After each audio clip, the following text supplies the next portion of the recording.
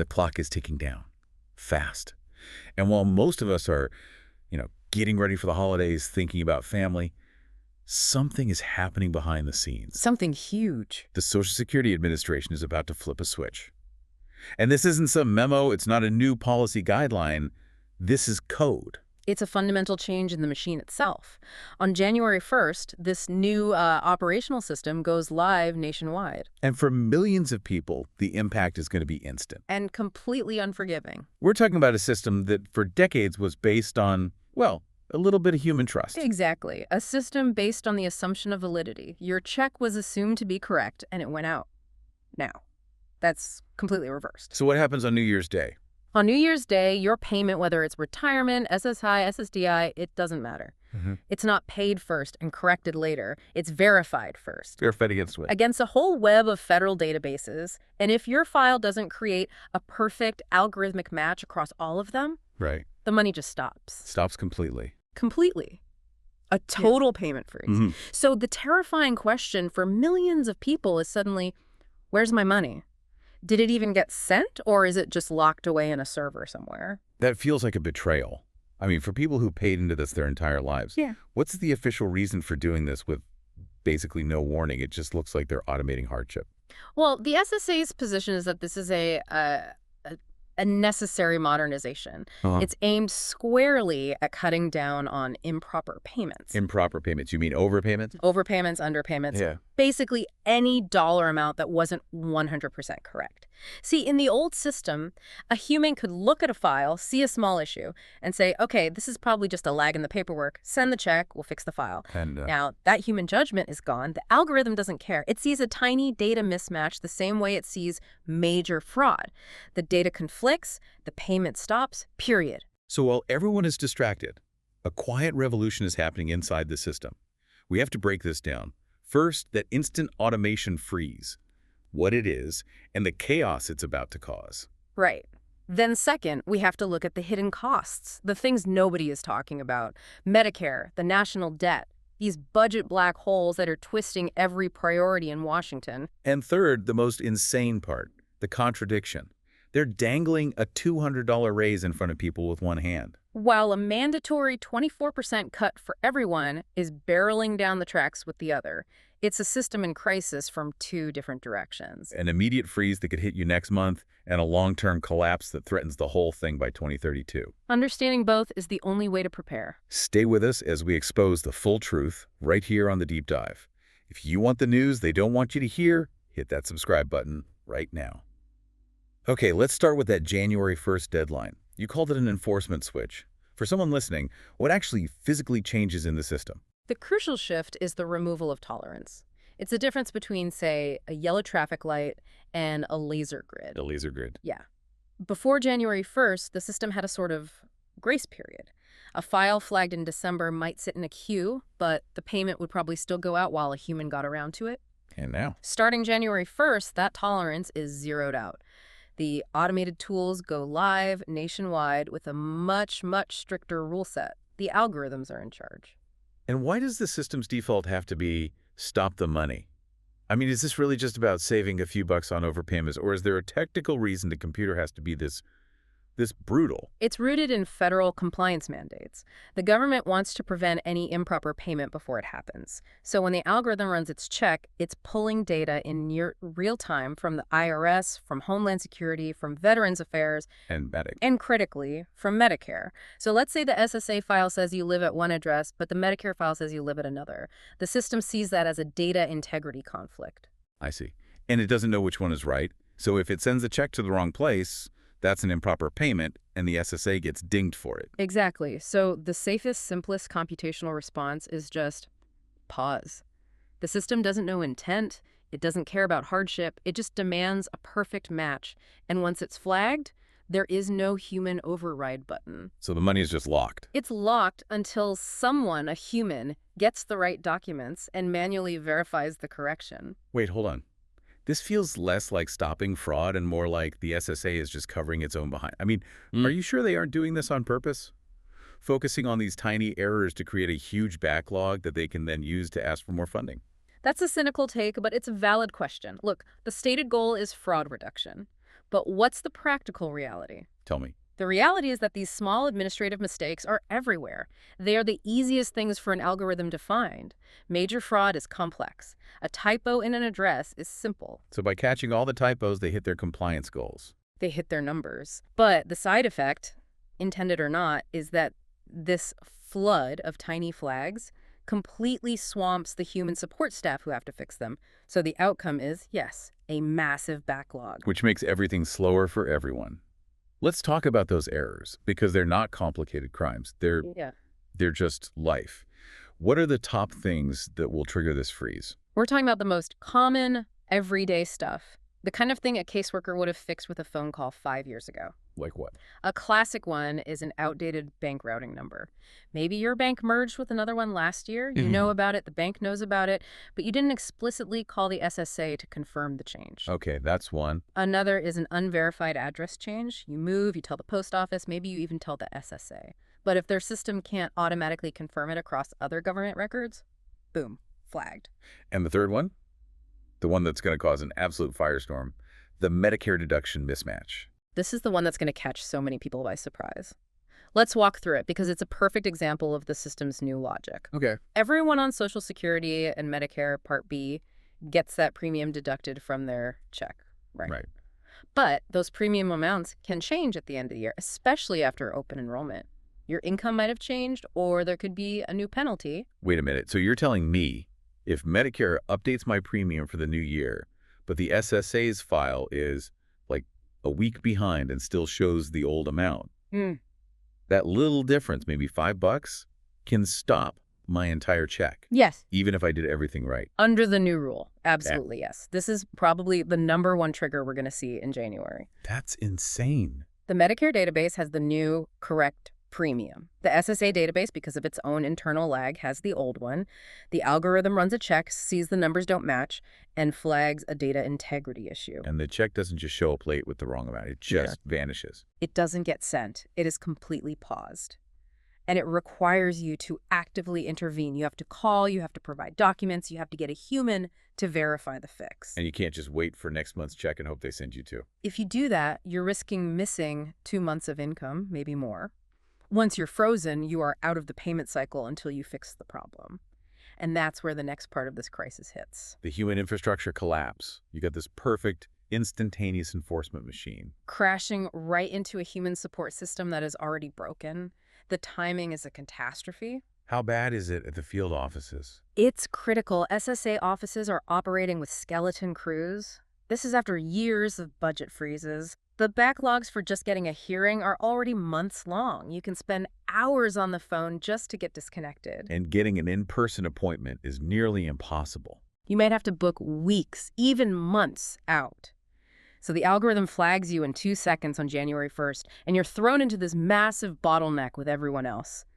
What used to be a 5-minute fix is now a financially devastating waiting game. And this isn't theoretical. We've seen stories of what happens when people get caught in this bureaucratic maze, even before this new switch. We have to talk about Ruth Ann Pickard. Her story is, it's just the perfect illustration of the terror this system can inflict. She was a VA nurse in Texas, got a rare autoimmune disease, had to quit her job. She was approved for disability benefits. Everything was legitimate. And then what happened? Then one day, a letter shows up. It's from Social Security. It says she owes them over $63,000. $63,000? How? In alleged overpayments. And at the same moment she got that letter, her monthly disability checks stopped instantly. So her only source of income was gone, and now she's supposedly in debt for an amount that would bankrupt most people. Right. So she did what you're supposed to do. She filed for a waiver. She appealed. She said, "This is a mistake. I haven't been working. I can't pay this." And then she waited. How long? 17 months. A year and a half with no income, fighting off debt collectors, just waiting for the SSA to respond to her appeal. 17 months. The stress alone, I can't even imagine, especially while you're sick. It's impossible to quantify. And when they finally responded, they denied her waiver. They claimed she had been working full-time, which was just factually wrong. It shows how the system can make a mistake, cut off your lifeline, and then take over a year to even investigate its own error, leaving you stranded. Yeah. And the automated clawback system that did that to her is only getting more powerful. So with this new system coming online, Who needs to be the most worried? Who is most at risk? There are three groups that are at a much higher risk than the general population. Okay, who's number one? First, SSI recipients. That's supplemental security income. It's the poverty program, not the one you pay into. Because it's a means-tested program, there are super strict limits on income and assets. We're talking as low as $2,000. The automation scans these accounts constantly and aggressively. So any little change, a small cash gift from family, anything, can put them over the limit and trigger an instant freeze. Instantly. The second high-risk group is SSDI recipients. This is the disability insurance people earn from working. Why are they at risk? Because a lot of their files are old. Some haven't been seriously updated in a decade or more. So when the algorithm runs its check, it finds all this old, stale data, a bank that merged 5 years ago, an old address. Things that have been ignored for years are now immediate red flags. And the third group is the one that really gets me. Representative payees. This one is just tragic. A representative payee is someone who manages benefits for someone who can't, like a child, or an adult with a severe disability. Right, and families think that's a safety net. If the pay messes up, the payee gets in trouble, but the beneficiary is protected. That assumption is now completely false. The algorithm doesn't care who manages the money, it just checks the data. So if the payee's address is out of date, or they're late filing a form, the beneficiary's check freezes. The child's check freezes. The disabled adult's check freezes. The most vulnerable person in the chain is the one who pays the price for a simple administrative error by their caregiver. That's just an impossible burden. Okay, so that's the immediate fire. Now we need to zoom out to the long-term existential threat. Let's get into the politics of this because the messaging is it's all over the place. Okay. On one hand, you have a group of Senate Democrats pushing for a $200 monthly raise, a lifeline. Right. But at the very same time, that solvency crisis, that freight train, is just getting closer and closer. Tell us about that 24% cliff. This isn't a maybe. It's not a projection. It is written into the law. If Congress does nothing, the Social Security trust funds will become insolvent around 2032. The moment that happens, the law mandates an automatic, across-the-board cut for every single person. How much of a cut? About 24%. And it hits everyone. Retirees, people on disability, widows, children, everyone. So let's do the math here, because this is where the political game becomes so obvious. You have a proposed $200 boost. Versus a guaranteed 24% cut. What is that 24% in actual dollars for an average retiree? The average monthly check right now is around $2,070.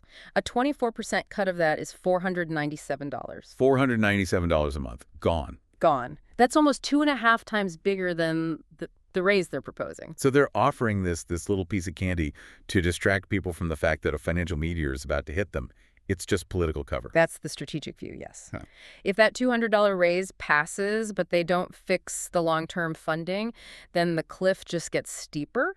Seniors would get a small boost for a few years, and then the cut would come and wipe it all out and take hundreds more on top of it. And speaking of things that wipe out your raise, we have to talk about Medicare.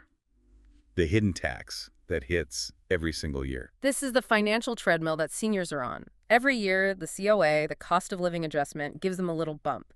And every year, the Medicare Part B premium jumps up and eats a huge chunk of it. And the jump for 2026 is projected to be huge. It's alarming. The projection is a nearly 10% increase in the Part B premium. 10%. For millions of people, that could be their entire COLA increase right there, gone before they even see it. Why is it spiking so much now? It's more than just regular inflation. What's really fascinating and kind of infuriating is the long-term ripple effect of the Medicare Advantage overbilling scandal. The private plans. Right. For years, investigations have alleged that these private companies were, overcharging the government by billions of dollars, using improper billing codes, all these tactics to maximize their payments. So they bled the system for years. And now that the government is finally cracking down with lawsuits and audits, who's on the hook to clean up the mess? Seniors are. The way the law is structured, Part B premiums have to cover about 25% of the program's costs. When the total costs go up because of years of waste and overbilling, that 25% share gets bigger for everyone. So the crackdown is necessary, but the bill for it lands on the beneficiaries. That's the consequence. It's a system design flaw. Okay, let's zoom out even further. The entire federal budget. We just crossed a line that I don't know, feels like it should be a five-alarm fire. It's historic and not in a good way. For the first time in American history, the money we spend just on interest payments for the national debt is now more than the entire defense budget. Let that sink in. More on interest than on the entire U.S. military. Yeah, So what's the direct connection to Social Security? The debt doesn't come out of the trust fund, right? it doesn't, but it poisons the well for any real reform. When you have to set aside hundreds of billions of dollars every year just to pay interest on old loans, Congress loses all its flexibility. Every lawmaker in Washington becomes incredibly cautious about approving any new expensive programs. Like the $200 boost. Oh. Or fixing the Keough formula. Exactly. Yes. And these are important. We've seen things like the Claiming Age Clarity Act, which is just about using simpler language to help people make better decisions, or the Identity Theft Victims Act, which is crucial in this new automated world. Giving people a real person to call when their identity is stolen. A dedicated point of contact. And another one, the Child Protection Act, to automatically replace Social Security numbers for kids who are victims of fraud. And what about bigger fixes? I know there's a push to fix the survivor benefits, which are notoriously unfair. That's the SWIFT Act. It's a huge deal. Right now, the rules for surviving spouses are incredibly complex and restrictive. This act would finally allow widows and surviving divorced spouses with disabilities to get 100% of the benefits they're entitled to. It's a major modernization effort. But the biggest structural flaw of all, the one that hurts every single retiree every single year, is the COLA formula. It just feels rigged. It basically is. The problem is that the government uses something called the CPIW to calculate the annual raise. The W stands for urban wage earners and clerical workers. Younger working people. Exactly. And what do younger workers spend their money on? Gas for their commute, cars, clothes for work. And what do seniors spend their money on? Healthcare, housing, Well, and prescription drugs, the three things that are inflating the fastest. But the CPIW formula gives very little weight to those costs. So the raises are based on the price of gasoline, not the price of heart medication. it's been undercalculating their real inflation for decades. For decades, it's cost seniors thousands of dollars over their retirement. And the fix is to switch to something called the CPIE. The E is for elderly. It's a formula weighted toward what seniors actually buy. And is there any real momentum for that? The momentum is building, but it needs a huge public push to get it over the finish line. Okay, let's bring it back to the immediate crisis. January 1st is coming. The system is changing. And whenever there's this much fear and confusion, the scammers come out. The sharks start circling. This is a golden opportunity for them. They're going to use the fear of this new automation to try and trick people. So what's the playbook? What should people be watching for? There are a few absolute non-negotiable rules. First, the Social Security Administration will never call you out of the blue and demand payment over the phone. Never. They will never threaten to suspend your benefits unless you give them a credit card number right now. They will never, ever text you a link and ask you to enter your Social Security number. So if you get that call, your payment was flagged by the new system, you have hours to act, or you lose your check forever. That is a scam 100% of the time. The SSA only communicates in two ways: an official letter in the mail or a secure message inside your official My Social Security account online. That's it. So just hang up. Hang up, don't engage, don't argue, just hang up. They are counting on your panic. So we know this push for automation isn't going away. The policy is clear. Tighter controls, less human discretion. It's irreversible. The modernization is happening whether people are ready or not. This is the new reality. So given that this unforgiving system is coming online in just a few weeks, what is the single most important thing someone listening needs to do right now? You have to understand that the burden has shifted entirely onto you, the beneficiary. It is now your job to make sure your file is perfect all the time. Proactive, not reactive. Absolutely. Your address, your bank details, your income reporting for SSI, all of it. Waiting until January to see if your check shows up is an incredibly dangerous gamble, because once you're frozen, you're not just fighting your own problem. You're competing with millions of other people in that same understaffed system. And you're trying to get grace from an algorithm that has none. It offers zero grace. The difference between logging in and checking your file today versus reacting to a crisis in January could be weeks or months of lost income. Do not assume anything is correct. Log in and verify it yourself. So let's wrap this all together. We have this immediate crisis, the automation chaos that can disrupt your life next month. And then we have this slow motion collapse of the entire system. What's the final chilling thought here? The chilling reality is that the new system is designed to create immediate financial disruption over tiny errors. It forces all our attention onto this short-term crisis, worrying about our next check. And while we're all distracted by that, the much bigger problem, the mandatory 24% cut in 2032, gets closer every single day. The immediate chaos is the perfect cover for the long-term structural collapse. And the question is whether we can force Congress to fix the foundation before both of these crises collide. That's the reality we're facing. A new system that is unforgiving and complex, while Congress is simultaneously dangling a $200 raise and experts are warning of a $497 cut just years away. But I want to know what you think. Congress is dangling a $200 raise while experts warn of a $497 cut. Do you believe the $200 boost is a genuine help, or is it purely political cover for a crisis they refuse to solve? Let us know your opinion in the comments below. We read every single one. I'm Alex. And I'm Sophia. Thanks for listening to The Deep Dive.